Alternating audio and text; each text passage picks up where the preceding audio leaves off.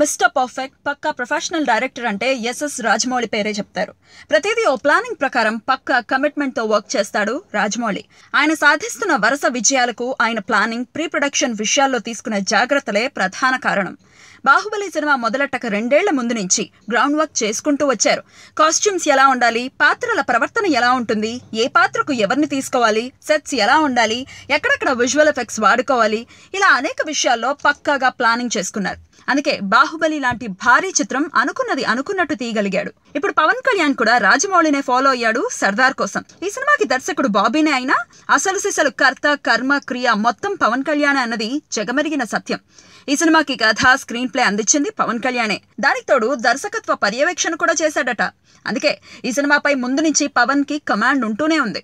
పవన్ కథ రాసుకున్నప్పటి నుంచి తెరపై తన కథని చూసుకున్నంత వరకు రాజమౌళి అడుగుజాడల్లోనే నడిచాడని అర్థమవుతూనే ఉంది. ఈ సినిమాలో సెట్స్, పాత్రధారులు, కాస్ట్యూమ్స్, వాళ్ళ బాడీ లాంగ్వేజ్ వీటన్నిటికీ సంబంధించి యానిమేషన్ వర్క్ చేయించాడట పవన్.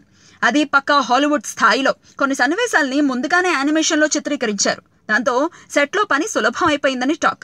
ఈ సినిమాలో విలన్ దగ్గర నుంచి రౌడీ గ్యాంగ్ వరకు ప్రతి ఒక్కరిని పవనే దగ్గరుండి ఎంపిక చేసుకున్నాడట.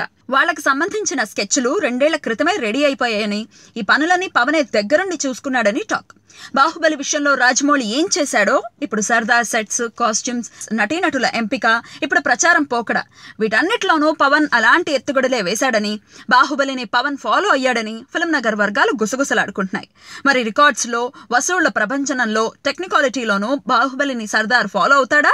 ఆ స్టామినా పవన్ కళ్యాణ్కి ఉందా? లేదంటే పవన్ది పులిని చూసి నక్క వాత పెట్టుకున్న వ్యవహారమా? ఈ ప్రశ్నలకు సమాధానం దొరకాలి అంటే ఇంకొన్ని రోజులు ఆగాలి.